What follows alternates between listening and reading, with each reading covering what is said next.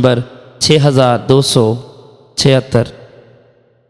حضرت علی المرتضیٰ رضی اللہ عنہ بیان کرتے ہیں کہ رسول اکرم صلی اللہ علیہ وسلم نے مجھے حضرت زبیر اور حضرت مقداد رضی اللہ عنہم کو روانہ کیا اور فرمایا خاک کے باغ میں جاؤ، وہاں ایک مسافر عورت ملے گی جس کے پاس ایک خط ہوگا، وہ اس سے لے لو۔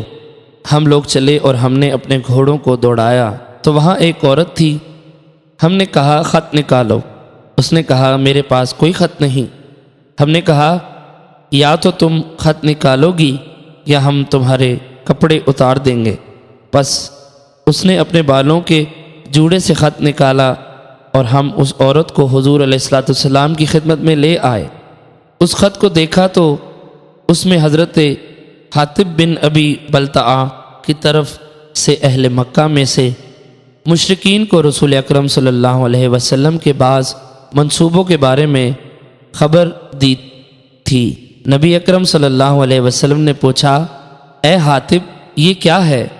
انہوں نے عرض کیا یا رسول اللہ میرے متعلق جلدی نہ کریں، میں قریش کے ساتھ لاحق تھا۔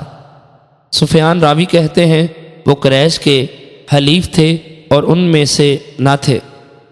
انہوں نے کہا آپ کے ساتھ جو مہاجرین ہیں ان کی وہاں رشتہ داریاں ہیں جن کے ذریعے وہ ان کی حفاظت کریں گے، تو جب میرا وہاں کوئی نسبی تعلق نہ تھا تو میں نے چاہا کہ ان پر کوئی احسان کروں جس کے ذریعے وہ میرے قرابت داروں کی حفاظت کریں۔ میں نے یہ خط والا عمل کسی کفر کی وجہ سے نہیں کیا، نہ تو میں اسلام لانے کے بعد اپنے دین سے پھرا اور نہ ہی کفر پر راضی ہوا۔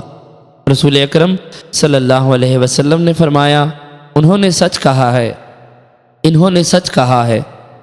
حضرت عمر فاروق رضی اللہ عنہ نے عرض کیا یا رسول اللہ مجھے اجازت دیجیے کہ میں اس منافق کی گردن مار دوں۔ نبی اکرم صلی اللہ علیہ وسلم نے فرمایا یہ اہل بدر سے ہیں اور تمہیں کیا معلوم، اللہ تعالیٰ یقیناً اہل بدر کے حالات سے واقف ہے۔ اور حضور علیہ السلام نے فرمایا کہ اللہ تعالیٰ نے فرمایا جو چاہو عمل کرو میں نے تمہیں بخش دیا۔ پھر اللہ تعالیٰ نے یہ آیت نازل فرمائی۔ ترجمہ اے ایمان والو میرے دشمنوں اور اپنے دشمنوں کو دوست نہ بناؤ۔ ابو بکر اور زہیر کی روایت میں آیت کا ذکر نہیں اور اسحاق نے اپنی روایت میں سفیان کی تلاوت کے حوالے سے اس کا ذکر کیا ہے۔